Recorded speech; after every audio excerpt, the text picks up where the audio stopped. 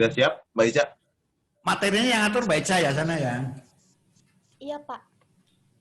Ya, Ya, siap untuk Mbak Ica. hostnya Oke. Mbak Ica. Nah, baik Pak Sutrisno, apakah siap Pak? Siap. Ya, baik kawan-kawan, karena pemateri kita telah bergabung dan telah siap, izinkan saya untuk membuka acara diskusi pada pagi hari ini. Assalamualaikum warahmatullahi wabarakatuh. Waalaikumsalam warahmatullahi wabarakatuh. Segala puji bagi Allah yang telah melimpahkan karunia serta rahmatnya setiap detik, setiap saat, setiap waktu, hingga tiada lagi nikmat yang mampu untuk kita dustakan. Serta salawat serta salam kita haturkan kepada junjungan kita Nabi besar, Nabi Muhammad SAW, yang syafaatnya kita nantikan di hari akhir kelak. Sebelumnya saya ucapkan terima kasih buat kawan-kawan semua yang telah berpartisipasi dalam diskusi kita pada pagi hari ini, maupun yang menonton secara live maupun tidak live, baik di Zoom maupun nantinya di YouTube gitu. Semoga diskusi kita pada hari ini menghasilkan arah gerak yang positif. Terus buat teman-teman pengurus harian wilayah 4 Jogja Jawa Tengah, terima kasih yang sebesar-besarnya karena telah menyelenggarakan acara yang sangat bermanfaat ini. Serta buat Pak Trisno yang saya hormati, yang meluangkan waktunya untuk berdiskusi dengan kami, berbagi ilmunya Pak, yang insya Allah bermanfaat Pak. Amin. Baik, sebelum saya memulai diskusi pada hari ini, izinkan saya untuk membacakan doa terlebih dahulu. Ada baiknya sebelum memulai diskusi kita berdoa. Berdoa menurut agama dan kepercayaan masing-masing, berdoa dipersilahkan.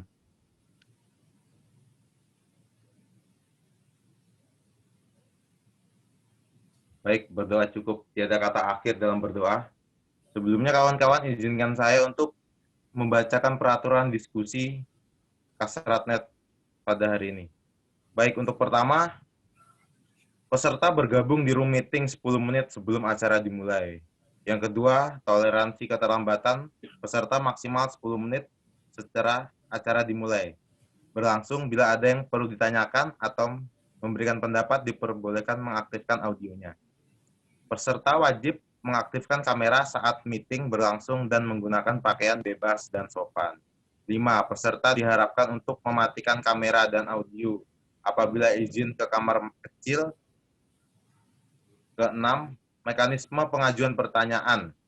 Izin dengan moderator melalui chat room dengan format nama, asal institusi, pertanyaan diajukan kepada apabila sudah diizinkan boleh langsung bertanya melalui audio di chat room ya. Terus yang ketujuh, peserta tidak diperbolehkan berpendapat menggunakan kalimat yang mengandung sara. Apabila peserta menggunakan kalimat yang mengandung sara, maka peserta akan dikeluarkan dari room meeting. Peserta diskusi Kasratnet diwajibkan untuk mengikuti acara hingga selesai. Dan yang terakhir, peserta diwajibkan mengisi link evaluasi yang nantinya di sana ada nama, institusi, dan lain-lain. Yang dimana menjadi data buat kami apakah institusi mana saja yang telah hadir gitu.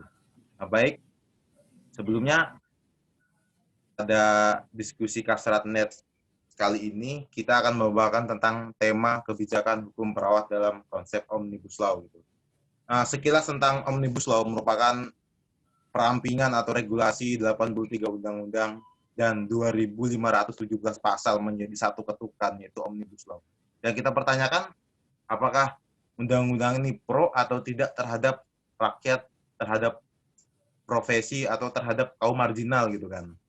Nah terus posisi birokrasi seperti apa sebagai kita mahasiswa ataupun tenaga kesehatan yang tepat agar kita bisa memenangkan hak-haknya. Karena pada hari ini saya mendengar berita bahwa Omnibus Law ini ada pelesetannya gitu, yaitu RUU Cilaka. Dijadikan pelesetan RUU Cilaka kepanjangan dari Cipta Lapangan Kerja. Gitu. Namun kita tak perlu khawatir karena pada hari ini, pagi hari ini, kita kedatangan pemateri yang sangat luar biasa.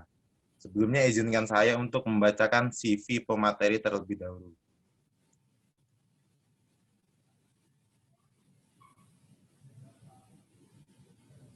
Halo, Mbak Ica.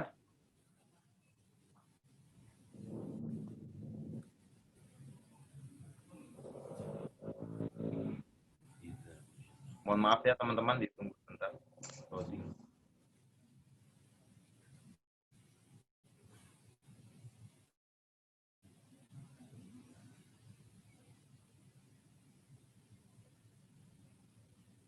Baik, izinkan saya untuk membaca kurikulum vitae dari pembicara. Nama BR Sutrisno, SK MMH Kes.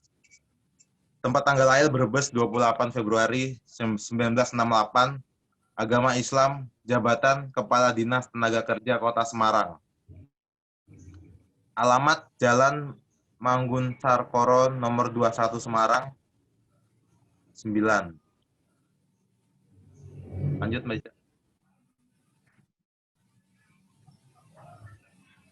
Baik, dari riwayat pendidikannya, sekolah dasar, SD, Kalipucang, SMP, SMP Negeri Adimewa Tegal, SMA, Pusponegoro 4, D3, Akper Karya Husada Semarang, S1-nya di Universitas Diponegoro Semarang, S2 Universitas Katolik Soegidjar Prana Semarang, S3 Universitas Muhammadiyah Surakarta. Pengalaman jabatan. Baik, untuk pengalaman jabatannya adalah perawat pelaksana, ya kawan-kawan bisa baca karena sangat banyak sekali perawat pelaksana. Jadi CV dari Pak Sutrisno background-nya adalah seorang perawat juga. Lanjut Mbak Ica. Baik, untuk pengalaman organisasinya 2000 sampai 2010 PPNI Kota Semarang Ketua. 2010 sampai 2015 Ketua MKEK PPNI Provinsi Jawa Tengah. 2010 sampai sekarang Himpunan Perawat Manajer Jawa Tengah sebagai Ketua Bidang Hukum dan Etika. Itu salah Mas, itu ketua PMI Jawa Tengah sebetulnya. Oh enggak Pak, Ketua PMI Jateng gitu. Terus Paguyuban RT RW Sekota Jawa Tengah 2011 Wakil Ketua. Baik kawan-kawan, bisa dibaca untuk CV beliau. Penghargaan yang telah diperoleh, yang pertama Satya Lencana, karya Satya 10 tahun, Presiden Republik Indonesia, luar biasa 2009. Yang kedua Satya Lencana, karya Satya 20 tahun, oleh Presiden Indonesia juga. Baik kawan-kawan, sekilas tentang CV beliau. Mungkin sebelumnya sudah saya sebarkan di grup. Kita mulai saja diskusi pada hari ini. Untuk Pak Sutrisno, dipersilahkan Pak. Terima kasih Mas Darmono dan teman-teman. Bismillahirrahmanirrahim. Assalamualaikum warahmatullahi wabarakatuh. Selamat pagi, salam sejahtera, Om Swastiastu, nama budaya, salam kebajikan. Yang saya hormati Ketua Ilmiki Indonesia dan Ketua Ilmiki Divisi 4, seluruh jajarannya dan rekan-rekan sahabat perawat semua. Seraya mengucapkan rasa syukur kehadirat Allah Subhanahu wa taala, saya pribadi diberi kesempatan terhormat kepada rekan-rekan generasi muda perawat menatap masa depan dan pemangku perawat harapan bangsa dan negara. Salawat dan salam kita aturkan kepada Rasulullah dan seluruh umat dan seluruhnya. Semoga kita bisa mengikuti jejak beliau. Pertama-tama sebelum kita mulai, kita mengawali ada sebuah hadis yang mengatakan idza wusidal amru ila akhiri fatadri sa'ah. Barang siapa yang mengerjakan sesuatu yang bukan pada ahlinya maka tunggu kehancuran. Kata ahli itu ada dua makna. Satu, ahli itu ilmunya harus paling tinggi ke atas, kemudian secara keahlian dia harus ahli, lama kedalamannya harus lama. Secara vertikal horizontal etika ilmu pengetahuannya, etika ilmunya ke kiri bagus dan etika profesi ke kanannya juga baik. Itulah hakikat pada keahlian itu sendiri. Saya ditugasi oleh teman-teman sahabat-sahabat Ilmiki mengambil tema kebijakan hukum perawat dalam konsep Omnibus Law. Bahwa pengertian saya yang namanya kebijakan itu ada dua sisi. Yang satu kebijakan sebagai konsep, akan dipandang bagaimana teori-teori tentang kebijakan, plan kebijakan. Kemudian yang kedua kebijakan sebagai keputusan. Hari ini saya menyampaikan kebijakan sebagai satu keputusan atau satu peraturan. Slide pertama. Slide pertama, Mbak. Nah, ini kurikulum vitae ya. Jadi saya perawat asli, meniti dari perawat betul, dari perawat pelaksana, kepala ruang, kepala kasubsi. Dari nol saya perawat sampai lepas di keperawatan, dan saya melepaskan keperawatan dalam posisi sebagai tugas dan kelanjutan. Jadi teman-teman, saya pribadi bukan orang karena dekat siapapun, saya meniti dari nol dan saya tidak bagian dari siapapun, saya jadi apapun karena semua adalah kehendak Tuhan dan karena usaha dan upaya kebanggaan perawat itu sendiri. Saya tidak punya niat, tidak punya misi apapun, saya ingin dilihat bahwa perawat bisa jadi apapun, bisa ada dimanapun, dan kami akan tunjukkan bahwa kami perwakilan dari perawat insya Allah akan melaksanakan tugas dengan baik. Sehingga ini yang dicermati teman-teman perawat, jangan sampai hanya berpikiran perawat paling hanya itu saja. Ini saya sudah bisa membuktikan minimal di tempat di tengah kota yang besar ini saya bisa mewujudkan itu. Lanjut, Mbak. Lanjut, nah. Ini riwayat pekerjaan saya, memang saya bekerja di swasta dulu, sampai kemudian organisasi, dan perlu diketahui saudara-saudara, saya juga dulu aktivis di organisasi, ya, bahkan saya itu menjadi perawat itu menjadi komandan Menwa itu 2 kali. Jadi saya pendidikan militer mulai dari pendidikan dasar militer, lanjutan Suskalak maupun khusus pimpinan militer di Cimahi saya lakukan, dan itu modal saya sebagai perawat bisa jadi, dan saya juga aktif di situ sehingga sampai detik ini saya adalah masih aktivis di semua organisasi yang ada. Jadi itu yang, dan moto saya adalah yang perlu diingat, ini bahasa Jawa, dadi wong sing iso ngerti wong lan iso ngewongke wong. Ini nanti boleh ditanya artinya. Lanjut.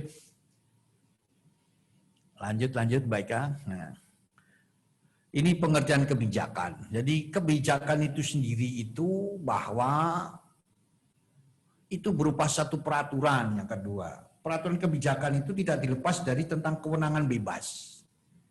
Ya, kewenangan bebas seseorang pemerintah, pejabat apapun untuk melakukan sesuatu hal dalam rangka untuk menjalankan tugas pelayanan publik. Kebijakan itu diartikan adalah berasal dari kata free immersion. Kata free itu bebas, lepas, tidak terikat, merdeka. Free itu orang yang bebas, yang tidak terikat. Sedangkan immersion adalah mempertahankan, menilai, menduga, dan memperkirakan. Lanjut. Lanjut Mbak Rizky. Halo, lanjut Mbak Eka. Kemudian bahwa kebijakan itu sendiri adalah memiliki satu nilai discretionary power, yang artinya bahwa sebagai satu sarana memberikan ruang bergerak bagi pejabat publik dalam buat undang-undang. Jadi kita itu sebagai nanti bukan aja pejabat, nanti perawat misalnya sebagai kepala ruang, sebagai perawat membuat satu SOP, SPO itu bagaimana peraturan ketentuan yang tidak diatur itu. Lanjut. Jadi ada bentuk-bentuk kebijakan. Bentuk-bentuk kebijakan salah satunya Pinlechinen itu garis-garis kebijakan. Biasanya ada kebijakan itu isinya ketentuan-ketentuan umum saja, peringatan-peringatan, diharapkan, itu namanya bagian dari garis-garis kebijakan. Ada juga big value, tentang kebijakan itu sendiri. Yaitu tentang urutan yang semua yang kita atur, misalnya jadi perawat atau mungkin jadi ketua ilmiki, membuat satu kebijakan bahwa anggota ilmiki pun salah satunya webinar ini tadi. Ketentuan pelakuan itu salah satu kebijakan. Ada Vorschriften, peraturan-peraturan. Membuat peraturan, itu bagian, itu adalah jenis, bentuk dari. Ada juga Rechtlichen. Ada juga Rechtlinien, pedoman-pedoman. Ada Rechtlichen, petunjuk-petunjuk, dan ada Rechtlimen, peraturan-peraturan menteri. Dan ada disiplin. Jadi inilah, ketujuh ini adalah bagian dari bentuk Rechtlinennya. Kadang orang tidak berpikir bahwa inilah jenis-jenis daripada bentuk kebijakan. Lanjut. Ada beberapa pendapat, Sakron Basam misalnya mengatakan tentang unsur-unsur kebijakan itu. Kebijakan itu ditunjuk untuk menjalankan tugas servis publik. Jadi pelayanan publik yang tidak punya ketentuan, tidak punya bagaimana caranya, tidak buat satu kebijakan. merupakan sikap tindak yang aktif dari administrasi negara. Arti administrasi negara adalah satu kelompok menjalankan peran negara dan dibutuhkan satu ketentuan itu. Sikap tindak yang dimaksud untuk menyelesaikan pedoman persoalan penting yang timbul secara tiba-tiba. Tatkala ada konflik, ada kepentingan, tidak ada satu ketentuan yang kita pegang untuk mengatur regulasi, itulah kita buat. Ada sikap tindak yang dapat dipertanggungjawabkan secara moral pada Tuhan maupun secara hukum. Kemudian Philip Sarjon mengatakan bahwa peraturan kebijakan pada hakikatnya merupakan produk dari perbuatan tata usaha negara yang bertujuan pada Nariten baik. Artinya menampakkan suatu keluaran satu kebijakan tertulis, peraturan kebijakan hanya berfungsi sebagai bagian dari operasional penyelenggaraan tugas-tugas pemerintah, karenanya tidak dapat mengubah atau menyimpang dari peraturan yang ada. Jadi tidak bisa bertentangan, dia hanya mengatur atau memperjelas.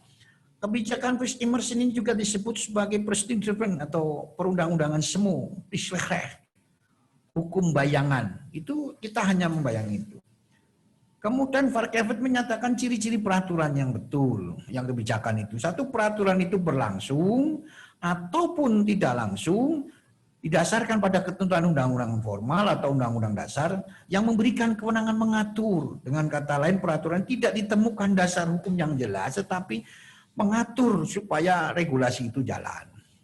Yang kedua juga peraturan ini memberikan petunjuk secara umum, dengan kata lain tanpa persyaratan dan individu negara mengenai bagaimana instansi pemerintah melaksanakan kewenangan pemerintah yang bebas terhadap setiap individu warga negara yang berada dalam satu situasi yang dirumuskan dalam peraturan ini.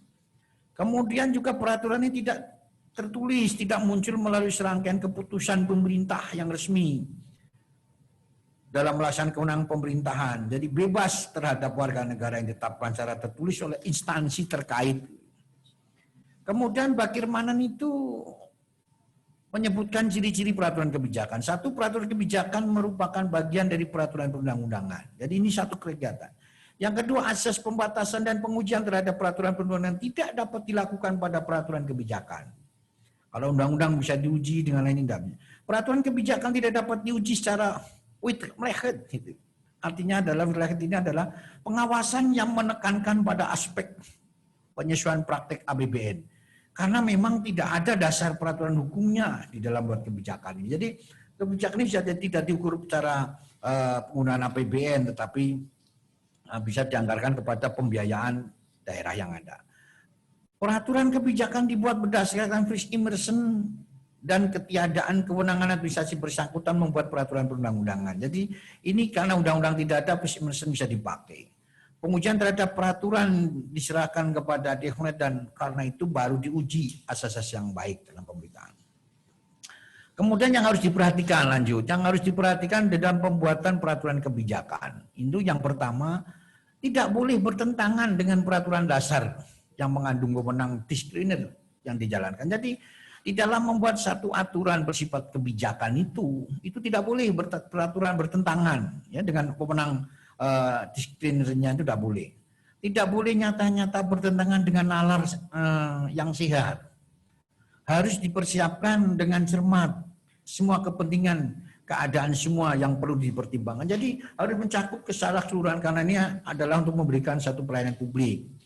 Isi dari kebijakan harus memberikan kebijakan yang cukup mengenai hak dan kewajiban dari warga yang terkena peraturan tersebut. Jadi hak dan kewajibannya jelas, jangan sebelah berat sebelah, tidak boleh. Tapi perimbangannya ada. Harus memenuhi persyaratan kepastian hukum. Tujuan dasarnya harus jelas. Ini yang harus diperhatikan. Kemudian secara teknis bahwa kebijakan itu sudah dirumuskan di dalam first immersion. Ya, di dalam first immersion itu sudah dilakukan pada Undang-Undang 30 2014. Ini yang kadang-kala teman-teman perawat itu bingung. Contoh misalnya pada saat mengurus SIP, SIK di Undang-Undang 30 2014 tentang pemerintahan administrasi diatur di situ. Apabila waktunya saudara mengurus dalam batas waktu 25 hari sekian hari tidak ada jawaban, maka Anda dianggap punya. Ini yang kadang kendala dari teman-teman perawat. Tatkala mau melamar pegawai, kemudian STR-nya belum jadi, padahal sudah ngurus. Padahal di undang-undang sudah jelas. Apabila mengurus dalam batas waktu yang tidak ditentukan, maka bisa dinyatakan saudara memiliki secara sah dan hukum, asal ada bukti mengurusnya itu. Bentuk kebijakan ini berupa diskresi, keputusan yang ditekankan, ditetapkan, dilakukan oleh pejabat pemerintah mengatasi persoalan. Dihadapkan di dalam penyelenggaraan pemerintah dan undang-undang. Jadi di undang-undang ini diatur, tidak lagi seperti dulu orang menunggu lama, tidak bisa divonis oleh undang-undang itu. Boleh atau tidak boleh. Pada pasal 22 Undang-Undang Republik tentang 30, pasal ayat 2-nya, setiap penggunaan diskresi pejabat bertujuan satu untuk memperlancar penyelenggaraan pemerintah. Jadi tidak boleh kalau misalnya perawat mengurus sesuatu lama kemudian menunggu sehingga tidak tercover. Di aturan di sini di pasalnya diatur bahwa dalam waktu tertentu bisa dianggap itu adalah lolos. Kemudian mengisi kekosongan hukum karena tidak diatur oleh hukum, itulah diskresi dibuat. Memberikan kepastian hukum supaya dalam menjalankan tugas ada jaminan bahwa apa yang kita lakukan itu kebenaran sudah dilakukan dan perlindungannya ada. Keempat adalah mengatasi stagnasi pemerintahan dalam keadaan tertentu guna kemajuan. Seperti COVID semacam inilah. COVID ini bagaimana? Apakah ada aturan tentang kita kuliah semacam ini dengan diaturlah kebijakan ini. Jika bapak kebijakan ada, pelonggaran-pelonggaran ada, itu yang hal yang tidak normal dibuatkan suatu kebijakan. Kemudian untuk pelaksanaan peace immersion sendiri administrasi diskresi ini sudah diatur. Isinya juga sudah tidak ada. Kemudian pasal 23. Di pasal 23 juga pejabat pemerintah meliputi pengambilan keputusan atau tindakan didasarkan peraturan perundang-undangan yang memberikan satu pilihan keputusan tindakan. Mengambil keputusan tindakan karena peraturan yang tidak mengatur. Jadi ini harus karena tidak diatur, tidak ada kejelasan, kitalah buat diskresi sebagai bentuk kebijakan yang ada. Mengambil keputusan stagnasi ini, apa yang harus diperbuat. Pasal 24-nya juga pemerintah yang menggunakan diskresi memenuhi syarat satu, sesuai dengan tujuan, tidak bertentangan dengan aturan, sesuai dengan asas AUB. AUB adalah asas umum pemerintahan yang baik.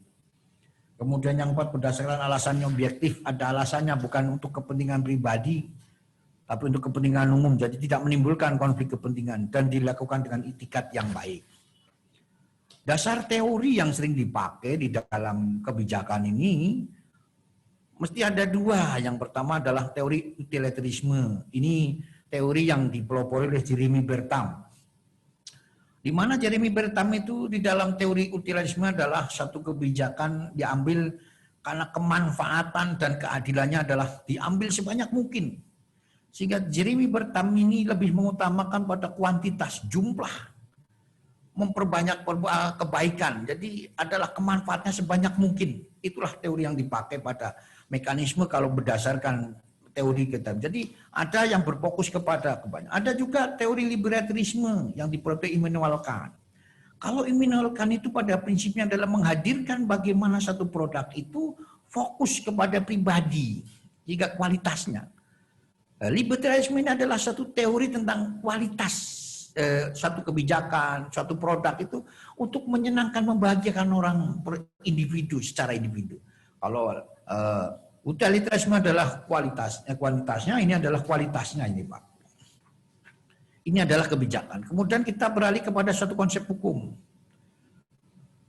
Hukum adalah bahwa yang membedakan manusia dari makhluk lain di bumi ini karena manusia itu sejak lahir dilengkapi akal budi dan nurani. Itu bedanya.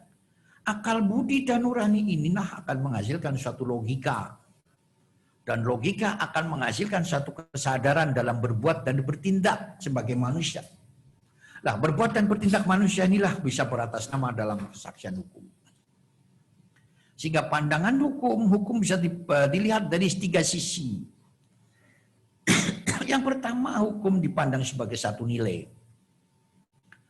Yaitu merupakan satu kristalisasi tentang pedoman-pedoman. Satu tentang ukuran-ukuran. Itulah kalau dilihat dari nilai. Kemudian hukum dipandang sebagai kaidah norma, kaidah atau norma. Itu bisa dilihat dari kepastian apakah hukum bisa memberikan satu kepastian, apakah hukum ini bisa memberikan satu kemanfaatan yang dapat menciptakan satu nilai keadilan. Itulah hakikat hukum. Sehingga hukum hakikatnya harus bisa memberikan satu kepastian hukum, kemanfaatan hukum, dan menciptakan keadilan sendiri. Keadilan untuk semuanya. Kemudian hukum dipandang sebagai perilaku, maka hubungan manusia, bagaimana hukum itu bisa mewujudkan suatu hubungan batin antara manusia dengan Tuhan yang baik. Mensikapi misalnya COVID semacam ini, tidak begitu mengeluh. Bahkan berdoa, ya Tuhan, mohon COVID ini dihilangkan. Masa Tuhan yang Maha Pencipta, diciptakan suruh menghilangkan lagi? Apakah kita manusia tidak? Kita harus batin bahwa Tuhan menciptakan ini. Bilang saja mohon pada Tuhan misalnya. Tuhan, apa yang kau ciptakan ini? Berikan kemudahan dan langkah untuk apa kita menyikapi. Itulah. Sehingga inilah perilaku kita di dalam Tuhan, tidak menyalahkan dan mengalir. Tetapi bagaimana kita bersandar bahwa Tuhan itu 75 tahun memberikan kenikmatan, 4 bulan hari ini memberikan satu ujian, apa ujian ini yang kita harus pecahkan bersama. Sehingga Bapak Presiden itu memberikan bagaimana kita lompatan yang kita harus buat di dalam COVID ini. Kemudian bagaimana perilaku hubungan manusia dengan manusia. Secara batin maupun secara fisik. Artinya bahwa perilaku kita dengan manusia, apakah kita tak kepedulian sehingga COVID kemarin menciptakan teman-teman membagi masker, membagi APD, itulah bentuk bahwa bentuk kepedulian hukum, pelaksanaan hukumnya jalan. Kemudian hukum antara manusia dengan alam dan antara negara. Kita buktikan 17 Agustus kemarin kita menghormati bagaimana nilai-nilai kemerdekaan. Itulah bagian. Dengan alam kita menjaga alam betul. Kemudian hubungan manusia dengan manusia lain. Ada perbedaan. Kita diajarkan musyawarah. Tidak main pukul, tidak semangat. Kita diajarkan. Bagi mahasiswa yang kemudian tidak, kita berkumpul, berserikat, menyampaikan satu pendapat. Itulah bagaimana perbedaan bisa diakomodir dengan baik. Kemudian bagaimana tentang perilaku manusia sebagai makhluk sosial, sebagai fungsinya untuk berbagi dengan yang lain. Ini juga kita lakukan sebagai bentuk pelaksanaan hukum, perilaku hukum dalam. Kemudian dikatakan bahwa hukum sejatinya dibuat untuk mendistribusikan keadilan. Sebagai instrumen keadilan, maka memberikan hak orang lain. Unicum tum sum bituriere. Artinya apa? Bahwa apa yang menjadikan orang lain kita berikan tanpa mengurangi apapun dan kita tanpa kehilangan. Seperti kita makan sesuatu, kemudiannya kita makan, kita buang, kita tidak pernah mengorek apa yang kita tadi makan dan kita buang, tidak pernah. Itulah hakikat hukum di dalam mendistribusikan keadilan.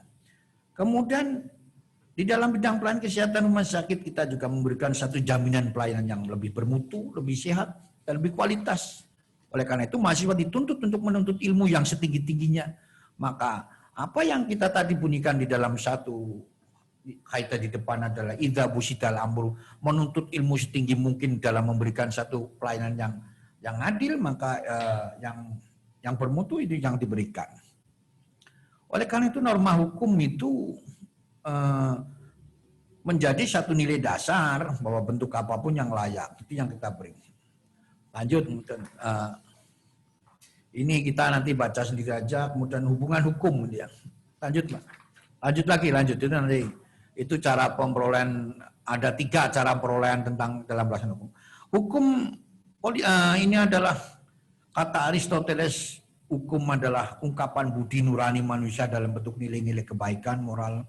Sehingga basis hukum adalah prinsip-prinsip moral dan keadilan. Jadi hukum ini adalah sebagai leadership.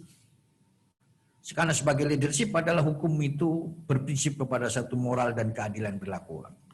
Aristoteles mengatakan bahwa hidup itu terhormat, tidak mengganggu orang lain dan memberikan orang pada menjadi hak. Itulah hakikat orang pelaksanaan hukum, kata Aristoteles. Kalau kita pelaksanaan hukum, berarti kita sudah jalankan hukum. Radbrook juga mengatakan hidup mengemban nilai keadilan sebagai mahkota dan nilai kepastian kemanfaatan. Jadi kita di dalam berbuat adil kepada siapapun. Adil itu yang paling ringan wajar lah, kita berbuat kewajaran dengan didasarkan satu kepastian dan untuk memberikan manfaatan. Itulah hakikat kita berbuat hukum. Keadilan adalah mengabdikan kesejahteraan, keadilan berkaitan dengan kewajaran, ketentraman. Oleh karena itu menyatakan sebuah keputusan itu adil, tidaknya itu bila keputusan itu dianggap mampu memberikan makna ketentraman. Jadi di dalam membuat satu keputusan bijakan, Bahwa kebijakan itu bisa adil tadi, kebijakan Omnibus Law apakah itu tidak dilihat daripada substansinya, bukan kepada satu keadilan. Jadi substansinya Omnibus Law apa? Yaitu bagaimana memberikan satu ketentraman, satu kewajaran, suatu kesejahteraan bagi masyarakat sehingga itu dipandang adil. Produk hukum merupakan produk politik. Kemudian bahwa penyusunan lanjut Mbak. Hukum dipandang sebagai kategori politik untuk mewujudkan satu pergaulan hidup yang adil baik. Jadi memang hukum itu sebagai alat untuk memersatu. Kemudian ada ibarat hukum tanpa kekuasaan itu ibarat macan ompong, dan kekuasaan tanpa hukum itu adalah liar, barbar. Jadi memang hukum itu harus mengikat kepada siapapun menjadi marwah dan roh dengan hukum yang berkeadilan, yang bisa memberikan satu kepastian dan bisa memberikan satu kemanfaatan. Saya kira itu. Lanjut. Kita membahas tentang Omnibus Law. Omnibus Law adalah satu regulasi perundang-undangan yang mencakup berbagai isu dan topik. Omnibus Law adalah satu produk perundang-undangan yang dibuat untuk menyasar satu isu besar yang mungkin dapat mencabut dan mengubah undang-undang sekaligus dan menyederhanakan. Tujuan Omnibus Law adalah mendorong pertumbuhan ekonomi secara nasional. Jadi tujuan utama daripada penyederhanaan ini adalah untuk mendorong pertumbuhan ekonomi. Sehingga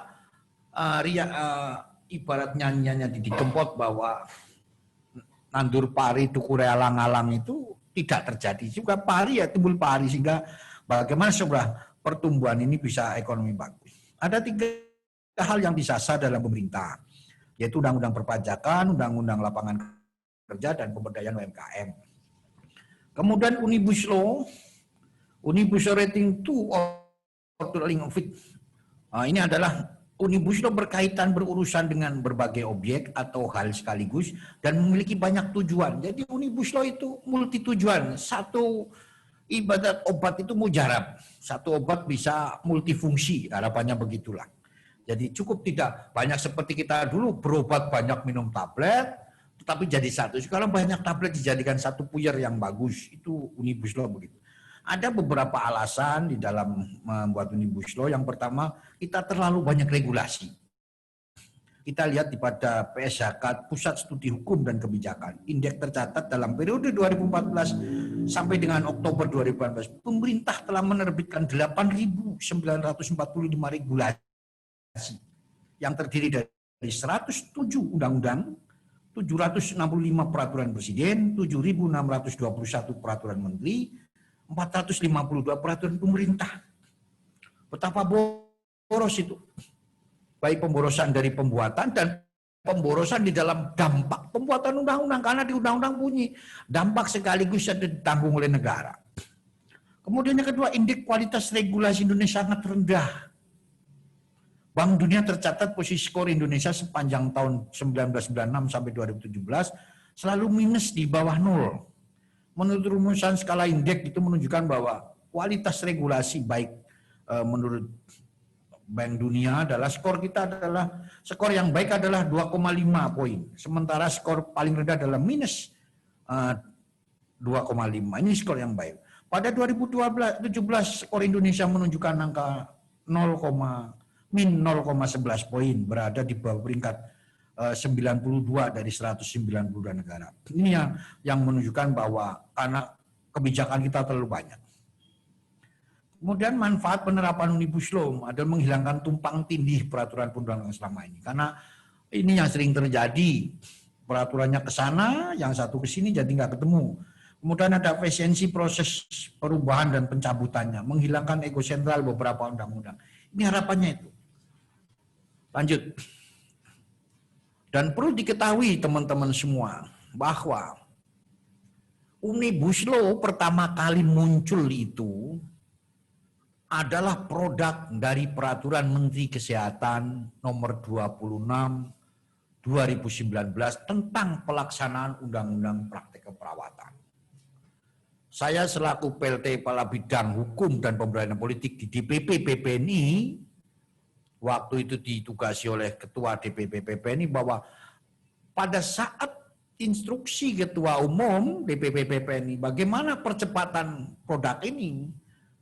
Itu Pak Ketum sampai bilang, boleh enggak sih peraturan jadikan satu? Kalimat itu yang saya ingat betul.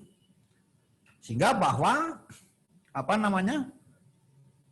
dari kalimat itu muncul bahwa satu produk diskusi dengan Biro Hukum.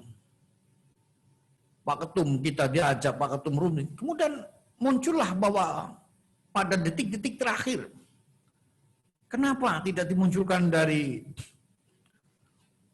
tuntutan di Undang-Undang Praktek Keperawatan nomor 38 2014 itu yang isinya adalah ada 6 peraturan Permenkes yang diminta dan 2 PP. Jadi kan satu. Sehingga oleh Ketua Biro Hukum, buatkan aja. Ini salah satu contoh. Ada 6. Lanjut Mbak, lanjut. Yang pertama adalah pengaturan dari Undang-Undang di Permenkes 2006 yang bagian dari awal Omnibus Law.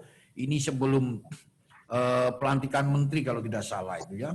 Setelah pelantikan menteri itu ada satu jenis perawat yang diminta adalah dari 6 misalnya ya, dari 6 itu misalnya di pasal 4 Undang-Undang Praktek Undang-Undang Keperawatan itu diminta tentang jenis-jenis perawatan itu. Ya, kemudian yang kedua tentang peraturan Permenkes itu adalah tentang evaluasi penyelenggaraan praktek. Kemudian pasal dari 6 ini tentang perizinan. Ini adalah bagian awal. Dari situlah kemudian DPP PPNI diundang oleh Presiden di Istana bersama jajaran DPW semua waktu itu. Dari situlah terungkap Permenkes keluar itu menjadi diskusi di birokrasi nasional. Ternyata di Biro Hukum di Menkumham itu melihat jeli bahwa ada di jenis perawatan itu muncul penyederhanaan. Maka setelah Permenkes, konsep penyusunan Permenkes inilah menjadikan konsep Omnibus Law. Jadi kita sebetulnya boleh banggalah bahwa perawat berkontribusi di dalam rangka menjadi pemikiran negara konsep satu Omnibus Law. Ini bagian dari situ. Sehingga salah satu contoh bahwa di Omnibus Law ini mengatur implementasi dari Undang-Undang Keperawatan 38 tahun 2014 tentang Undang-Undang Keperawatan. Ini salah satu bentuk. Jadi ini yang kadang lagi. Dan saya juga ingin jelaskan kepada teman-teman semua perawat. Ada yang mengatakan jangan sampai kita itu paham yang salah menjadi salah paham sehingga kita menjadi gagal paham. Akhir gagal paham itu kita jadi walaya mutu walayahya wis ora mutu ngenteki biaya. Ini ingat betul. Ada orang yang mengatakan begini, kita itu punya undang-undang tidak ada manfaatnya. Ingat teman-teman semua. Pembuatan undang-undang prosesnya lama dan undang-undang adalah salah satu buntut profesi. Saya ingat persis pada saat saya kuliah S3 itu, saya bertemu dengan guru besar, saya ditanya oleh seorang guru besar, Mas Tis, apakah perawat sudah profesi? Sudah, Prof, ini buktinya mana? Nggak ada. Jadi secara hukum bahwa profesi itu sudah diakui, bentuknya punya undang-undang. Inilah punya undang-undang. Sehingga undang-undang praktek keperawatan adalah sebagai bukti bahwa kita adalah profesi yang sah secara hukum. Lanjut. Ini ada jenis-jenis perawat ya di dalam pertama konsep dari Omnibus Law yang perawat dilakukan itu. Jadi di dalam Permenkes 26 itu mengatur salah satunya adalah tentang jenis perawat. Jenis perawat ada 2, vokasional dan keahlian khusus. Ini diberi perawat itu ke depan itu kita harus profesi. Namanya profesi itu ya nes. Sehingga di Permenkes ini diberi toleransi antara 6 sampai 7 tahun. Setelah Permenkes di produk ini harapannya 6 tahun ke depan itu perawat semua sudah nes. Seringkali kita ingin disamakan dengan profesi lain. Kalau sudah kata profesi, ya memang sudah profesinya nes ya nes S1. Maka yang vokasional nanti dianggap tidak lagi profesi. Ini yang teman-teman harus menyesuaikan itu kan. Lanjut. Kemudian juga STR dan lain sebagainya. Saya kira bisa dibaca itu salah satu contoh semua dari urutan yang saya tampilkan di terakhir adalah bentuk omnibus law yang dilakukan oleh perawat dan menjadikan awal sebelum disulaki. Jadi Undang-Undang Praktik Keperawatan ini pasal 38 yang mengamanatkan 6 Permenkes, 2 PP, 6 Permenkes jadikan 1 disederhanakan. Diatur dengan 1 peraturan Menteri nomor 26. Oleh karena itu, teman-teman semua, bahwa inti daripada kebijakan hukum perawat dalam konsep Omnibus Law, perawat sudah melakukan yang pertama kali konsep Omnibus Law. Sehingga ini juga ada pelaksanaan. Ini salah satu bentuk untuk saja, jadi silakan dipelajari nanti. Dan kebijakannya adalah Omnibus Law perawat sudah melakukan, contohnya adalah Permenkes yang menyederhanakan 5-6 peraturan menteri dijadikan 1 keputusan menteri. Penyederhanakan menyakup semua dan ini bagian dari efisiensi. Sehingga kalau ada teman-teman yang mengatakan Omnibus Law tidak baik, Permenkes ini, yang penting ada substansinya. Apakah substansi dari Omnibus Law itu mewakili menampilkan satu keadilan, yaitu memberikan satu ketentraman, kesejahteraan? Kalau enggak bisa. Ini barangkali yang bisa saya sampaikan. Saya ingin diskusinya yang paling lama sehingga teman-teman nanti banyak tanya, itu lebih bagus sehingga nanti diskusinya bisa panjang, bisa mana-mana lah itu. Jadi mohon bahwa inti dari kebijakan ini adalah kita itu ke depan, Anda semua ke depan menjadi pejabat pemimpin semua, baik swasta, negeri. Yang harus dimiliki sahabat-sahabat perawat adalah kemampuan untuk membuat satu kebijakan itu kayak apa dan jenisnya apa. Apakah jenisnya satu keputusan, apakah jenisnya pedoman, jenisnya peraturan, ataukah jenisnya adalah kebijakan-kebijakan, itu harus dipengetahui betul. Kemudian bagaimana syarat-syaratnya. Sehingga di dalam membuat sesuatu itu harus bermakna dan minimal adalah bisa memberikan satu kepastian, kemudian bisa memberikan satu kemanfaatan untuk menghadirkan satu keadilan. Itu yang barangkali kita saya sampaikan. Nanti silakan diskusi banyak, hal-hal yang apa yang perlu diketahui teman-teman semua dan dipersiapkan sebagai generasi ke depan dan dari dampak dari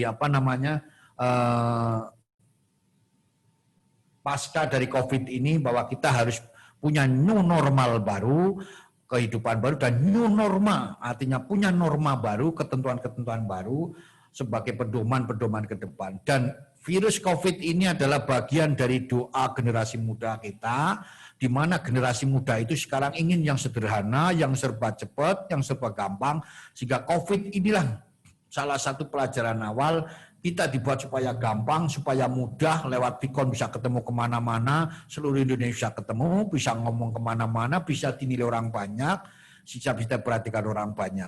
Dan kita ingin instan, sekarang instan bisa jadi, apapun dibuat. Sehingga konsep Omnibus Law ini adalah satu konsep menyederhanakan untuk memberikan satu kesejahteraan. Saya kira demikian Pak Darmono untuk pengawalan kita menyampaikan. Selanjutnya saya serahkan kembalikan kepada Darmono untuk mengatur diskusi. Terima kasih. Assalamualaikum warahmatullahi wabarakatuh. Waalaikumsalam warahmatullahi wabarakatuh. Baik Pak, terima kasih atas ilmunya yang telah Bapak bagi. Nah, sebelumnya buat kawan-kawan semua, sesuai saran dari Pak Sutrisno, kita akan lebih banyakin untuk berdiskusi. Buat kawan-kawan semua yang sudah mempersiapkan pertanyaan, silahkan bisa dikirim ke chat room. Kita tunggu. Kawan-kawan ya udah ada satu. Baik, saya bacakan ya dari Mbak Mila Rania Salma. Assalamualaikum warahmatullahi wabarakatuh. Selamat pagi menjelang, perkenalkan saya Mila Rania Salma dari Stikes Surya Global.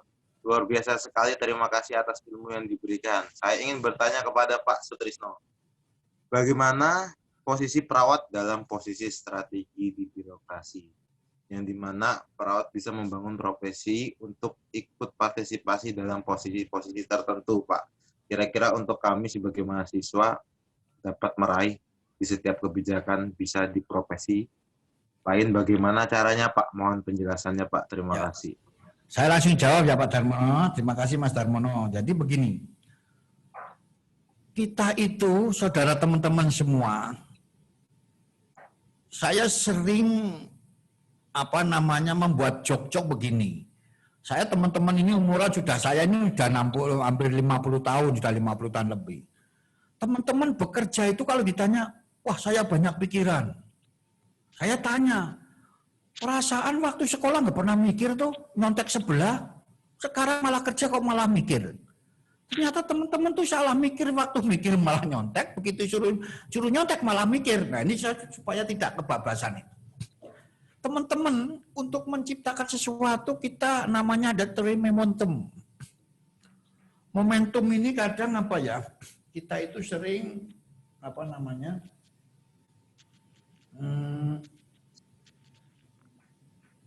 Apa itu namanya momentum itu? Kita harus bisa bagaimana menciptakan momentum. Saya pernah mengikuti pelajaran yang saya ingat begini. Saya pernah pelatihan pendidikan dasar militer. Itu tahun 87. Ada dua pelajaran saya ingat, yaitu pelajaran kompas dan peta. Kompas adalah untuk menentukan arah, peta adalah menentukan lokasi. Di jarak yang tidak tahu, tidak memahami, tetapi kan tepat. Sebagai mahasiswa itu harus punya modal dasar. Bagaimana sih kita bisa menentukan punya kompas yang baik untuk 5 tahun, 10 tahun yang menentukan Anda itu? Secara pribadi dulu ini, saya bicara pribadi. Bagaimana Anda kompas yang bagus? Kalau Anda sudah bisa membidik arah yang jelas, lihat peta, lokasi Anda mau kemana setelah lulus ini. Setelah itu Anda akan menggunakan senjata apa untuk mencapai itu? Oh ternyata untuk mencapai sana rudal, jenis rudal apa yang tepat sasaran. Jadi sebagai mahasiswa itu, silakan Anda lepas pelajari semua, ikuti semua pengalaman yang ada. Tempat. Pengalaman saya itu jadi perawat dari mulai nol itu. Saya hanya berprinsip, dan itu perlu diingat. Di mana ada pelayanan kesehatan yang baik, yang dapat dinilai bagus, dipastikan yang di belakang itu pasti perawat. Jadi perawat itu bisa berperan kemana-mana. Perawat itu bisa bertugas kemana-mana dengan satu keilmuannya. Konsep keperawatan dipakai. Jadi kalau posisi strategi yang apa dipakai, tergantung diri kita, cara menanamnya tadi. Kalau kita menanamnya serba menuntut, jangan. Kita hanya berbuat, teruslah berbuat. Kunci yang pertama adalah bisa menciptakan teori momentum. Momentum apa pada saat yang sekarang ini menciptakan diri saya. Posisi perawat. Yang kedua adalah inovasi. Inovasi apa yang muncul itu? Sebetulnya ini kesempatan yang baik perawat itu untuk muncul. Misalnya saja mengisi di pemerintahan itu. Ini yang kadang apa? Teman-teman itu sering kalau ada teman perawat maju, ada yang kurang berkenan gitu loh. Tidak mensupport, tidak memberikan jalan. Bahkan kadang mencari celah supaya tidak lanjut. Ini yang sering terjadi. Oleh karena itu posisi strategis apa yang bisa? Semua posisi bisa. Saya jamin kalau kita itu bisa berbuat melaksanakan keperawatan yang baik. Perawat itu segala-galanya. Karena apa? Profesi yang sangat dicintai Gusti Allah hanya perawat. Itu saja, jadi perawat jangan ke depan asal buat momentum Anda ke depan itu. Perawat bisa jadi presiden, saya berjamin bisa. Presiden jadi gubernur, insya Allah 15 tahun depan. Saya harap kalau perawat bisa jadi gubernur, jadi menteri, itu hal yang kecil saja sebetulnya. Tapi hakikat yang perawat adalah yang bisa ada di mana-mana. Saya kira itu Pak Darmono. Untuk strateginya, modal dasar persatuan dan kesatuan perawat, jaga kukuh dan jangan saling menjelekkan antara satu yang lain. Kalau ada teman yang jelek, tolong ingatkan dengan yang baik. Kalau sudah ada yang baik, support dengan keikhlasan. Itu yang saya bayar. Lanjut Bang Darmono. Baik Pak. Buat kawan-kawan, silakan aja ya. Kita tidak terlalu berpatokan di RUU Omnibus Law atau apa, karena Omnibus Law juga merangkul seperti peraturan kerja dan lain-lain yang bisa kawan-kawan tanyakan. Misalnya ada yang mau nanya lowongan kerja atau apa, silahkan aja, ada Pak Sutrisno di sini. Baik, untuk dari Kak Cheryl Francisco, Assalamualaikum. Saya perkenalkan Cheryl dari Stika Surya Global Yogyakarta, ingin bertanya bagaimana dengan era new normal dan era kebijakan serba Omnibus Law agar generasi ke depan perawat di mana bisnis pengelola rumah sakit menurun karena dampak COVID di lapangan kerja sulit. Menurut Bapak, strategi apa yang dapat ditempuh untuk melewati fase ini? Jadi perlu diingat bahwa pasca COVID ini satu, ada kecemasan masyarakat, ketakutan masyarakat masuk rumah sakit. Karena masyarakat memandang rumah sakit, pelayan puskesmas, pelayan kesehatan itu adalah bagian dari berkerumunnya virus yang ada. Ini harus dimanage salah. Virus berada di tubuh setiap orang. Maka bagaimana kita mengendalikan virus itu sendiri? Maka ke depan dengan rumah sakit, pelayan kesehatan yang makin tidak diminati orang akan lari kepada alternatif, orang akan menghindari kerumunan pelayanan. Ke depan perawat harus betul-betul. Ini dari pengalaman saya di Sinaker ini, di Semarang saja ada rumah sakit yang mulai mengurangi tenaga perawatnya. Walaupun tidak banyak ada. Ini bagian karena apa? Karena pasiennya sudah berkurang. Padahal angka kesakitan terus. Banyak pasien yang tanya pada saya, Pak, saya harus mondok di mana? Di pelayanan itu, takut Pak ada gini. Jadi ketakutan masyarakat karena menganggap bahwa rumah sakit itu adalah banyak virusnya, sumber berkeliarannya virus. Ini stigma ini yang harus dirubah masyarakat. Maka perawat harus mulai, rumah sakitku, puskesmasku, pelayananku adalah sudah ready, jamin. Bahwa ini sudah ada. Sehingga apa? Supaya kembali lagi pulih kepercayaan masyarakat. Karena apa? Yang dijual di pelayanan kesehatan hanya dua. Satu menjual kepercayaan, yang kedua menjual teknologi. Bagaimana masyarakat itu percaya? Maka kepercayaan itu diimbangi dengan teknologi yang baik. Teknologi pencegahannya, teknologi informasinya, teknologi IT-nya, semua diberikan.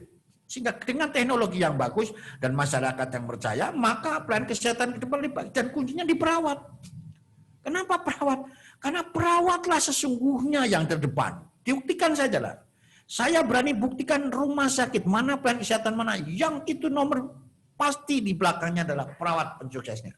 Saya jamin itu. Itu pengalaman pribadi saya di rumah sakit selama 27 tahun. Yang melimpah berapa penghargaan dari tingkat nasional semua. Silakan buktikan. Itu perawat semua. Dan sekarang rumah sakit yang ditinggalkan, dilihat lagi. Karena perawatlah. Karena perawat adalah hanya modalnya satu kata, cinta. Dan cinta yang paling bagus di perawat adalah mencintai sesuatu yang paling sangat dibenci. Bagaimana mungkin perawat bisa memberikan layanan orang lain, suami orang lain, istri dengan satu keikhlasan? Oleh karena itu, perawat ke depan dengan konsep bahwa tunjukkan diri Anda dengan konsep hukum tadi. Hukum tanpa kekuasaan itu macan ompong, tapi kekuasaan tanpa hukum liar. Maka perawat ingin baik, sekolah terus. Kalau dengan pendidikan Anda tinggi, akan dipandang keilmuan Anda dengan perilaku Anda setara dalam keadilan itu. Itulah saja. Jadi konsepnya ada sekolah terus. Dengan sekolah terus, nanti sekolah Anda yang mengantarkan Anda. Tidak Anda mengantarkan sekolah Anda. Itu barangkali Mas Darmono. Lanjut. Baik Pak, nah, ini ada dari Kak Fatkul Ulum. Beliau bertanya, jauh mana Omnibus Law ini bisa menjamin kesejahteraan profesi perawat Pak? Terus melalui Omnibus Law ini, apakah akan menyangkut juga ke standar gaji perawat yang lebih layak Pak? Ya. Silakan Pak, jika ingin menjawab. Jadi sekali lagi begini, Omnibus Law itu wadah. Sekali lagi ya. Omnibus Law adalah satu wadah penyederhanaan regulasi. Jadi jangan disalahkan wadahnya, isinya yang penting lah, yang isi ini yang penting. Kita kan sudah punya anggota dewan tuh di sana. Kita punya anggota DPR RI di pusat. Tugas utama teman-teman anggota dewan yang berbasis perawat itu adalah berkewajiban profesi mengantarkan bagaimana dalam buat satu keputusan bisa mensejahterakan. Maka tugas mereka. Kalau Anda kemudian ditugaskan, kita kan kadang bingung gitu loh. Jadi Pak Darmono, Omnibus Law itu wadah Pak Darmono. Isinya adalah bagaimana regulasi diisikan, maka teman-teman yang kita punya, kita kan sudah punya perwakilan tuh, ada perawat yang jadi ketua DPR RI. Tugas itulah yang harus apakah dia mampu. Jadi jangan disalahkan Omnibus Law-nya, disalah yang isi Omnibus Law. Karena ke depan itu mau tidak mau regulasi begitu. Jadi ini bukan karena keinginan orang, ini keinginan zaman, penyederhanaan ini. Zaman ke depan tidak ingin bertele-tele kok. Seperti Anda besok melamar pekerjaan itu tidak ingin melamar, enggak usah. Tinggal ketemu, wawancara, itulah yang Anda dapat. Selama ini kan daftar dulu, ijazahnya dicek dulu, saya ditata dulu, SIP-nya benar apa enggak, berat badan, kan itu, bertele-tele betul. Ke depan enggak lah. Anda apa yang diinginkan sesuai dengan itu masuk. Itu yang diharapkan Omnibus Law begitu. Sehingga Omnibus Law itu adalah perwujudan dari teori tentang Power Rangers. Power Rangers itu, kalau dulu kan Batman itu terbang, sekarang Power Rangers berubah, cepat. Jadi ingin percepatan semua, harapannya Silbusa begitu, cepat kerja, cepat itu. Jadi gaji itu ke depan jangan ditanya berapa. Kata gaji UMR menurut saya pribadi itu kata UMR sebetulnya nggak layak. Sekarang harus biasakan kata remunerasi. Sehingga bagian dari semua kepentingan pembiayaan hidup ada di situ. Jadi ini yang teman-teman perawat harus juga bersuara bahwa materi substansi dari Omnibus Law itu harus ada materi tentang kepastian perawat itu syaratnya apa dan bagaimana dan seberapa dan yang diterima, dan hilangkan kata-kata UMR, kalau boleh ya pakai kata adalah tentang yang kita terima adalah remunerasinya berapa. Saya kira itu, sehingga gaji dan tidak gaji itu nanti teman perawat dan kita harus menyuarakan terus kelayakan remunerasi yang jelas. Jadi keperawatan bukan masalah gajinya berapa, tetapi remunerasi yang tidak diterima, dari mulai bagaimana kewajiban pemberi kerjaan, jaminan terhadap masa depan, jaminan terhadap angka resiko, jaminan terhadap pensiun kita, jaminan terhadap itu yang dibayar, dan semuanya di depan, jangan sampai di belakang. Jadi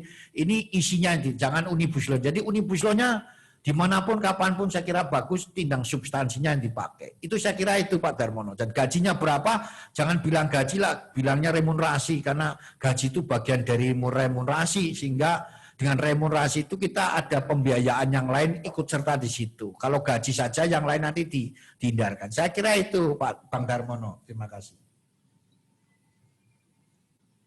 Baik Pak, mungkin satu pertanyaan lagi ya. Sebelumnya nanti di akhir sesi ada feedback dari peserta, kawan-kawan yang ingin menyampaikan aspirasinya bisa nanti untuk aktifkan audionya. Ya mungkin satu pertanyaan lagi dari, saya bacakan.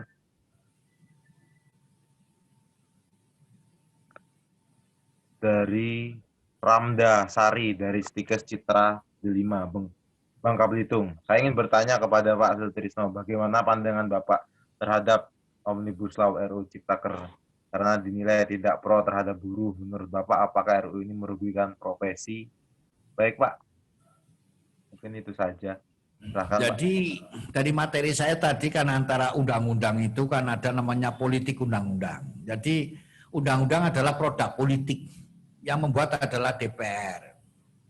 Karena produk itu biasanya itu apakah produk itu ada pesanan atau ada kebutuhan, tinggal itu saja. Nah itu kepentingan yang mana?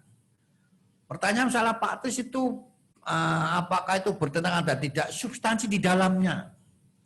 Yang kita kawal adalah apakah ada jaminan-jaminan terhadap pekerja dimanapun. Dan apakah jaminan itu terbayarkan di depan. Saya pribadi itu berkeinginan semua terbayarkan di depan. Dari mulai pesangon, kemudian misalnya PHK, itu biaya di depan lewat sistem asuransi. Maka substansi daripada Omnibus Law Ketenagakerjaan ini, maka isi materinya apa? Penyederhanaannya itu apakah sudah mencantumkan bahwa menghilangkan misalnya kata UMR yang seharusnya tidak layak UMR, remunerasinya berapa? Sehingga kata remunerasi itu akan ada kemartabatan penghargaan manusia tentang dihargai, tentang masa depan, kompensasi sekolahnya anak, jaminan kesehatan, jelas di situ. Oleh karena itu Sekali lagi ini agak berat. Apalagi untuk menentukan sekarang itu UMR.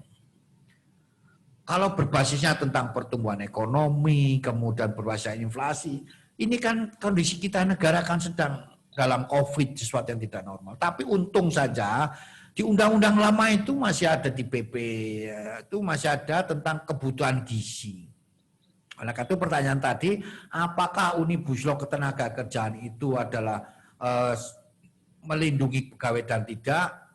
Selama substansi dari materi itu tidak memberikan satu jaminan kemudahan, jaminan kehidupan dan ketentraman bagi pekerja, maka itu dinyatakan belum berpihak kepada pekerja. Dan ini sepertinya dari substansi materi belum menjelaskan secara rinci yang dimaui apa oleh pekerja secara keseluruhan. Oleh karena itu banyak teman-teman, mana hari ini adalah hari di mana teman-teman turun di jalan menyampaikan bahwa ini bagian diupayakan. Semoga anggota Dewan, DPR tetap masih punya nurani bagaimana berpihak kepada pekerja.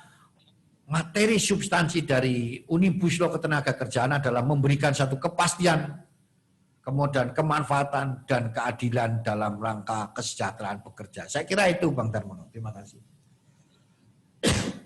Baik Pak, saya rasa cukup buat kawan-kawan, buat kakak-kakak semua yang ingin melakukan feedback, bisa disilahkan jika ada yang ingin. Boleh WA, boleh WA juga. Boleh WA dengan saya, diskusi apapun silahkan ya. Jadi WA apapun saya jamin saya jawab jam 3 malam saya mesti jawab. Jadi WA saya jamin 3 malam, jam 3 malam atau jam 2 malam saya jawab itu. Jadi silakan. Baik Pak. Bisa WA, bisa di sini juga buat kawan-kawan. Silakan. Izin bertanya lagi, Mon. Boleh, Ya, boleh. Silakan. Ya, terima kasih Mas Mono juga Pak Sutrisno. Ya, Begini Pak Pak, Ulum. Mas Ulum. masih muda Pak. Ya. Terus mau ini Pak, tadi feedback terkait Omnibus Law ini nyangkut ke Omnibus Law Cipta Kerja ya Pak. Kalau dari organisasi profesi itu sendiri terkait PPNI, kebetulan Pak Sutrisno juga aktif di situ. Itu sikap PPNI sendiri bagaimana Pak terhadap Omnibus Law itu sendiri yang Cipta Kerja Pak? Terima kasih Pak. Jadi serikat pekerja ini yang kadang masih ada ada dikotomi apakah perawat itu sebagai pekerja. Saya sih ingin perawat sebagai profesi. Secara pribadi saya sudah menyampaikan ke anggota dewan, titip, tolong di situ dijelaskan bahwa ada pekerja, ada profesi. Sehingga kata profesi, kalau itu bidang profesi, saya menyampaikan kepada dewan itu, kalau boleh, profesi itu materinya adalah remunerasi, jangan lagi UMR. Remunerasi ditetapkan oleh organisasi, sudah PPN kan sudah punya itu. Sehingga ada namanya kemartabatan. Sehingga semoga ini disampaikan, ini diisi dan tidak, itu kewenangannya yang terhormat para anggota DPR. Karena itu adalah produk politik. Nah, kami hanya menyampaikan, kami sudah di DPP PP ini sudah menyampaikan, tolong itu dimasukkan bahwa itu tolong di tenaga kerjaan disebutkan ada pekerja profesi. Sehingga ini sebagai jembatan untuk payung di dalam ke bawah menyantumkan remunerasi. Jadi ini dan itu pedomannya jangan UMR kalau profesi, remunerasi, sehingga ada pasalnya di penjelasan bahwa harapannya itu untuk pengaturan profesi akan diatur oleh profesi bersangkutan dan besarannya diatur remunerasi. Itu sudah kami maturkan secara lisan maupun secara tulisan kepada beberapa anggota dewan. Semoga diaspirasi. Kalau tidak, ya kita mengupayakan bagaimana itu ditegakkan di instansi pemerintah. Jadi kami berupaya sudah dan Omnibus Law Ketenagakerjaan kita sudutkan, kita berpegang, kita profesi bukan pekerja. Kita profesi, sehingga profesi sebagai pekerja itu dengan sebutan profesi karena undang-undangnya ada kita profesi baik vokasi maupun profesional. Jadi kita pekerja profesional sehingga kata profesi jangan sampai lupa. Ini yang kita upayakan, tapi apakah ini diakomodir dan tidak kami menunggu. Kami berharap support dari teman-teman mahasiswa, Mas Fatul Ulum, berdengung juga, menulis juga di WA dimanapun, harap pada anggota dewan yang terhormat cantumkan bahwa pekerja perawat adalah pekerja profesi yang berpedoman pada nilai-nilai profesi dan diatur oleh ketentuan profesi. Saya kira itu Bang Ulum, sehingga nanti kita tunggu apakah kita muncul dan tidak. Itu kita masih bergeming terus. Dan ini apakah beliau-beliau yang ada di sana itu masih teringat dengan kita atau teringat dengan yang lain, saya juga tidak bisa memperhatikan betul. Tetapi secara organisatoris dan kelembagaan kami sudah berupaya melakukan itu Bang Ulum. Dan mohon Bang Ulum dan teman-teman mensupport itu, mendengungkan itu sehingga satu saat bisa terakomodir. Begitu Bang Ulum saya kira. Baik Pak, terima kasih. Berarti lebih ke itu Pak ya, apa penekanan bahwa profesi ya dapatnya di remunerasinya gitu Pak ya, bukan Ya. UMR-nya itu. Ya, kita jangan UMR lah. Terus kita ini Pak, satu lagi gimana? mungkin Pak, terkait dari Cipta Kerja ini ramai dibincangkan juga di diskusi-diskusi mahasiswa itu terkait outsourcing gitu Pak. Nah ya. itu nanti kalau outsourcing ini masuk ke ranah perawat itu bagaimana Pak ya? Jadi begini, saya punya skema begini Bang Ulum. Saya jadi Kepala Dinas Tenaga Kerja. Saya sudah membayangkan dari dialog dengan para pengusaha. Di Semarang itu ada 4.155 perusahaan, ada 217.000 pekerja. Baik itu rumah sakit, pabrik, dan sebagainya. Ke depan Bang Ulum, investor itu akan datang di Indonesia, saya bayangkan dengan celana pendek, dengan 2 orang, ketemu dengan kepala daerah akan bicara begini. Saya mau investasi di daerah Anda, apakah Anda siap? Saya hanya membawa duit dan akuntan saya, ahli hukum saya. Silakan siapkan sarananya, siapkan tenaganya, Anda yang ngatur, saya tidak ingin terlibat. Jadi pasca pandemi ini akan muncul konsep baru bahwa ke depan itu investor tidak mau berhubungan dengan pekerja, Bang Oro. Pemilik rumah sakit itu tidak lagi begitu. Entah itu nanti namanya CV, itu akan begitu. Yang saya bayangkan ke depan, maka ada regulasi ke depan adalah ada lembaga penanganan ketenaga kerjaan sendiri. Itu bayangan saya di luar mekanisme ini. Ini banyak bayangan, Bang Ulum.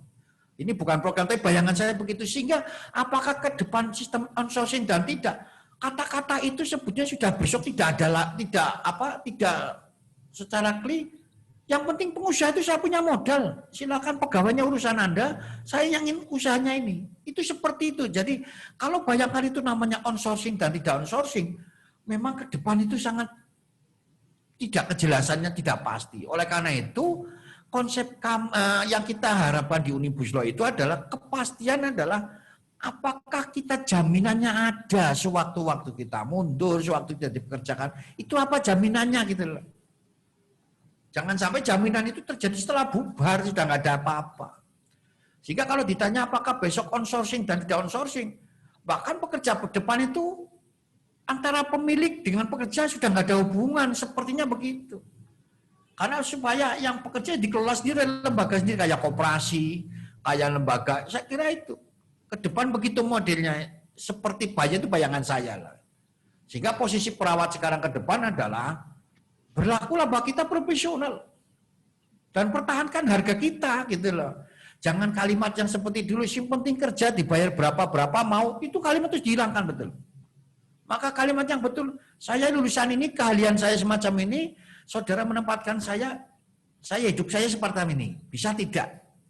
Ini yang harus ke depan, apakah regulasi bisa mengatur itu sehingga bunyinya tidak UMR, bunyinya adalah remunerasi gitu loh. Itu ke depan begitu. Jadi apakah kebetulan outsourcing dan tidak, ke depan sangat dimungkinkan status itu sulit, itu ada outsourcing dan tetap, tidak ada bedanya ke depan itu. Jadi ke depan itu ada pegawai tetap dan pegawai outsourcing sepertinya tidak ada perbedaan. Yang berlaku adalah hanya kepercayaan dan produktivitas, sepertinya begitu. Dan ini mengembalikan kepada teman-teman perawat ke depan harus pastikan diri pribadi saya perusahaan maju, tidak ada mundur itu. Itu yang saya bilang. Jadi kalau ingin maju pakailah saya. Kalau tidak ada saya mesti tidak maju. Itu yang harus ada motivasi diri kita sendiri. Maka konsep pendidikan ke depan adalah bagaimana perawat yang berinovasi, bagaimana perawat yang memegang satu profesionalisme yang tinggi, ketentuan produk yang tinggi. Kalau tidak, tersingkirkan. Ijazah, tingginya pendidikan, di depan tidak menjadi model. Tapi apa yang Anda kau miliki dan apa yang kau bisa untuk merubah ekonomi yang ada di pekerjaan perawat itu, perusahaan itu bisa maju, Anda pakai. Sepertinya begitu Bang Ulum. Ini karena belum ada kepastian yang jelas. Itu Bang Ulum pendapat saya. Terima kasih Pak. Monggo Mas Mono. Baik, sebelumnya saya ucapkan selamat datang dulu buat Mbak Betty Aisyah Fitri sebagai Koordinator Wilayah 4 Ilmiki. Halo Mbak Betty. Betty, selamat siang. Mbak Betty. Betty. Halo. Dan buat semuanya. kawan-kawan. Sebenarnya udah dari tadi, ikutin dari awal. Ya, Oh, ada masukan Mbak Betty. Ya. Mbak Betty ada masukan? Iya, Siap, ini Mbak Betty. sebenarnya terima kasih Pak sudah bersedia mengisi kegiatan Kasratnet Wilayah 4 ini. Kemudian terima kasih juga untuk teman-teman Wilayah 4 yang sudah ikut berpartisipasi juga mengikuti diskusi ini yang insya Allah bermanfaat. Jadi kita ada gambaran. Jadi setelah kita lulus nanti itu kita nggak bingung gitu mau seperti apa. Betul. Nah, itu Pak mungkin. Dan saya prinsip semua ya, jadi jangan berhenti sekolah ya sampai kapanpun. Jadi boleh bertahap, tetapi menuntut ilmu konsepnya sampai meninggal ya. Jadi dan sekolah bukan untuk menyebabkan Anda pinter. Sekali lagi, Anda sekolah bukan menyebabkan Anda pinter, tapi dengan Anda sekolah untuk bisa menghargai perbedaan dan melihat perbedaan itu adalah keniscayaan sebuah rahmat. Jadi orang bisa posisi dimanapun, boleh-boleh saja selama posisi tidak mengganggu orang lain. Dan keilmuan kita adalah untuk memecahkan, memberikan solusi dari permasalahan yang ada. Jadi itu yang harus kita kembangkan. Jangan sekedar hanya mendapat ijazah, mendapatkan gelar, wis ora bermutu, babar blas, tapi meributi teman yang lain. Jadi bersekolah menuntut ilmu yang tinggi untuk mencari solusi dan berkontribusi dalam segala hal. Itu yang kita, dan saya pribadi berpesan kepada para generasi perawat ke depan. Dan tolong perawat satu persatu, satu kesatuan dalam diri sendiri. Itu saya kira ya. Ya Pak. Baik Pak. Nah, sebelumnya saya beri kesempatan satu kali lagi untuk kawan-kawan yang ingin memberikan feedback. Satu kali lagi. Saya tunggu.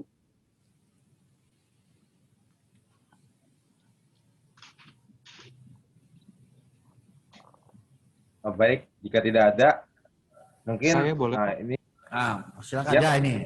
Wah ini Ya. Ronald ini. Mas Ronaldo ini. Assalamualaikum warahmatullahi wabarakatuh. Selamat pagi Bapak Dr. Sutrisno, SKM MHKes. Pagi, Waalaikumsalam si ganteng. Dari mana nih ganteng ini? Saya dari Jakarta, Pak. Oh, Jakarta, siap. Kebetulan saya juga lagi ngambil program Doktor Hukum Kesehatan, Pak, di Unisula. Di Unisula, Semarang. Semarang. Mampir dong, mampir di tempat saya. Iya, Mampir Pak, kantor baik. ngomong-ngomong. Nah, kapan kalau ke kantor ke Semarang mampir ya? Baik, Pak. Ya. Eh, Ada yang perlu saya bantu. Enggak.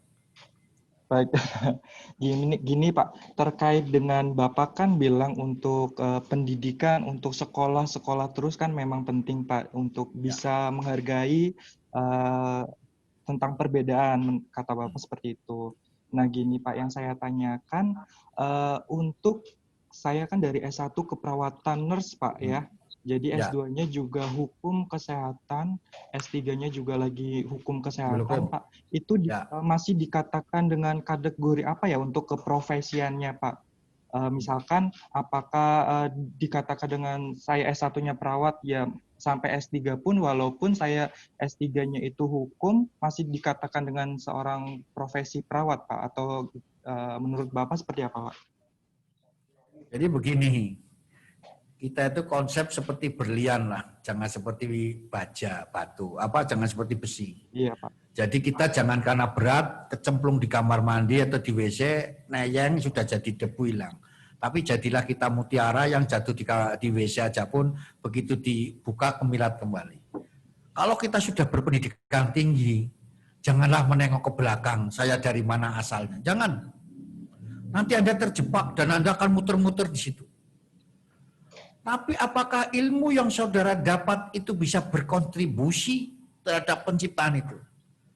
Jadi kata perawat itu menurut saya jangan terletak, kalau secara hukum memang iya, jenjang pendidikannya. Tapi secara etika, secara moral, pendidikan perawat ada dalam hati. Silakan konsep-konsep perawatan dipakai tapi dengan ilmu yang terakhir. Jadi saudara jangan kemudian berkiblat, saya ingin, enggak, Anda sudah etika hukum. Jadilah Anda ahli hukum yang membidangi keperawatan. Jadi jangan lagi saya, itu perawatnya otomatis Anda perawatkan apa? Anda sebagai perawat nurse, itu sampai mati kalau Anda punya nira itu. Nira itu adalah diberikan oleh organisasi. Selama Anda tidak melanggar organisasi, pegang nira, Anda perawat. Saya perawat tapi yang berjiwa itu. Maka teman-teman wartawan kita sering nulis kepala dinas tenaga kerja yang berpola perawat. Itulah. Karena konsep perawat tidak akan hilang. Jadi ada perawat, begitu Anda pegawai, hilangkan perawat itu. Saya sudah nggak perawat lagi. Saya begitu sekolah, setelah jadi kepala ruang, kemudian naik kepada kasubsi, saya sudah nggak perawat lagi secara profesi, tapi sebagai manajerial yang menaungi perawat, yang berfungsi perawat. Maka saya di dalam menjalankan tugas dulu, saya menjadi wakil direktur umum keuangan itu, tidak pernah mobil dinas saya itu saya bawa pulang, tidak pernah. Karena saya akan membawa mobil itu ke bawah rumah, tatkala semua perawat sudah naik mobil semua. Kalau ada satu saja perawat naik sepeda motor, pantangan bagi saya membawa mobil dinas ke bawah rumah. Tapi mengantar ke rumah boleh, tapi tidur di rumah saya tidak. Dan setiap berangkat saya menjadi wakil direktur umum keuangan di rumah sakit, saya naik sepeda motor. Kenapa? Saya perawat, akan tunjukkan kesederhanaan saya perawat, tetapi pikiran saya bukan perawat lagi. Itu yang dikembangkan. Jadi jangan kemudian, enggak lah, kita jangan merecoki pekerjaan para perawat itu. Saya akan sisi lain. Kalau teman-teman berbicara tentang kompetensi perawat, bagaimana ilmu keperawatan, saya akan mendampingi Anda dari segi hukumnya.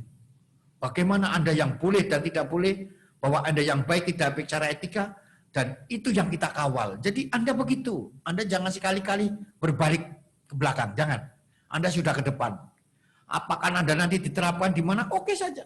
Tumbuhkan saya perawat yang berpikiran di luar keperawatan. Itu pegang betul. Itu yang saya bawa sampai saat ini. Dan saya dulu jadi perawat ini bisa ngomong begini ya karena pendidikannya mengantarkan saya. Kalau saya nggak begini kan tidak jadi. Jadi Anda teruskan saja, tuntut ilmu betul dan sampai mengerti. Dan Anda menjadi dokter itu bukan untuk menjadi pinter, tapi untuk mengisi otak Anda yang kosong, memahami kebenaran, memahami perbedaan, dan Anda bisa tersenyum tatkala melihat perbedaan orang lain. Kalau dulu Anda bilang, pokoknya, seharusnya, ke depan, boleh Anda begitu, asalkan begini, Anda boleh begini, asalkan begini. Itu yang ke depan. Sehingga nilai perbedaan adalah keluarnya senyum dan sabar. Dan memberikan solusi untuk perbedaan semua. Itu yang pegang betul. Jadi jangan sekali-kali, Anda masih perawat, selama masih punya nira, Anda perawat. Apakah Anda jenjang di mana? Oh, jadi presiden boleh, jadi menteri boleh, kok ngapain hanya cukup kepala bidang? Kecil kepala bidang mah itu ya. Jangan berpikirlah sudah kalau Anda sudah S3 jangan lagi kembali ke perawatan lagi.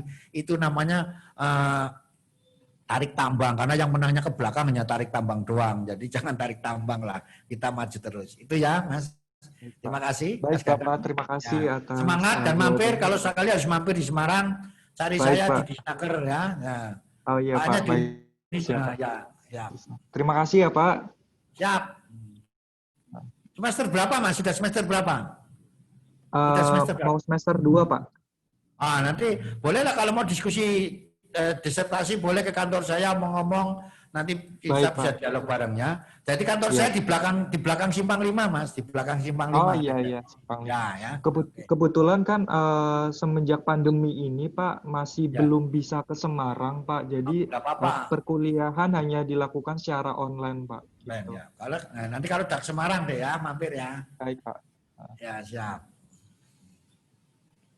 Baik, Pak. Sebelumnya saya rasa sudah di penghujung acara, Pak, karena sudah melewati batas waktu. Ya. Sebelumnya saya ucapkan terima kasih kepada Pak.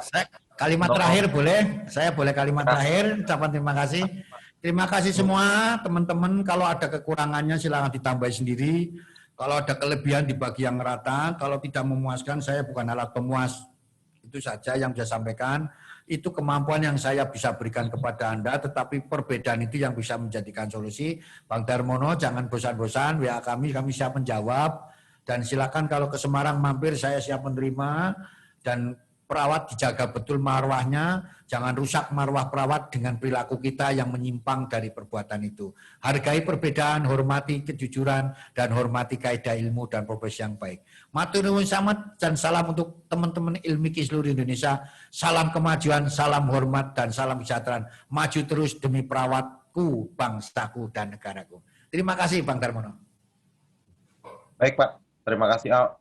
Sebelumnya buat kawan-kawan semua, silahkan aktifkan videonya karena ada sesi dokumentasi dari panitia.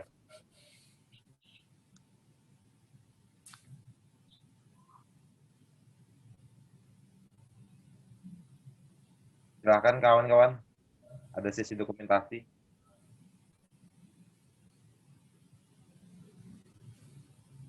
Mbak, oke, saya rasa udah semua ya. Mbak Suci. Mbak Betty belum, Mbak Bet. Ya, Kak Betty, mohon aktifin videonya dong. jadi Ini nih. baik, mungkin cukup Mbak, mungkin yang lain belum siap. Kekurangan cairan itu seperti apa? Bang Ulung, sehat Bang Ulung. Apa gitu ya, Pak? Oke. Mbak Ica, siap Mbak Ica. Oke, Mbak Betty nih.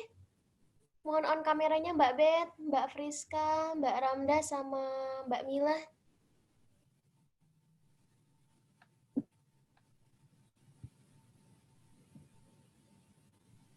Sekarang aja ya Mas Mun ya. Ya Mbak, sekarang aja Mbak. Oke. Dihitung aja Mbak. Kak Sutrisnonya. Siap. Oke. 1, 2, 3. Satu kali lagi. Aku kirimi ya. Siap, Pak. Ya, terima kasih. Satu lagi. 1, 2, 3. Sudah, Pak. Terima kasih buat teman-teman, kakak-kakak semuanya, Bapak juga. Baik, sebelumnya ini kan kami kan live di YouTube, mungkin buat kawan-kawan yang ingin nonton lagi atau ingin yang nyebarkan videonya bisa kunjungi YouTube-nya Ilmiki Wilayah 4 buat kawan-kawan. Nah, terus mungkin ini sudah, saya rasa sudah di ujung acara. Saya ucapkan terima kasih yang sebesar-besarnya bagi kawan-kawan semua yang telah berpartisipasi dalam acara diskusi ini. Semoga menghasilkan suatu arah gerak yang positif, sinergi yang positif untuk profesi perawat ke depannya. Dan buat PHW Ilmiki Wilayah 4, terima kasih juga yang telah menyelenggarakan kegiatan ini, yang insya Allah sangat bermanfaat. Dan untuk Pak Sutrisno yang telah meluangkan waktunya untuk sharing dan berbagi ilmu kepada kami semua, Pak. Terima kasih, Pak. Sebelumnya, jika saya ada salah, saya mewakili dari PHW dan panitia, saya ucapkan, saya mohon maaf yang sebesar-besarnya. Kita akhiri dengan doa kafaratul majelis. Subhanakallahumma wa bihamdika asyhadu an la ilaha illa anta astaghfiruka wa atubu ilaik. Sebelumnya saya akhiri. Wassalamualaikum warahmatullahi wabarakatuh. Waalaikumsalam warahmatullahi wabarakatuh. Terima kasih Pak Sutrisno. Siap, bentar. Jaga kesehatan. Kapan-kapan bisa main ya, diskusi bareng. Silahkan. Baik, Pak. Ya Pak. Silahkan kawan-kawan yang ingin live, silahkan. Mungkin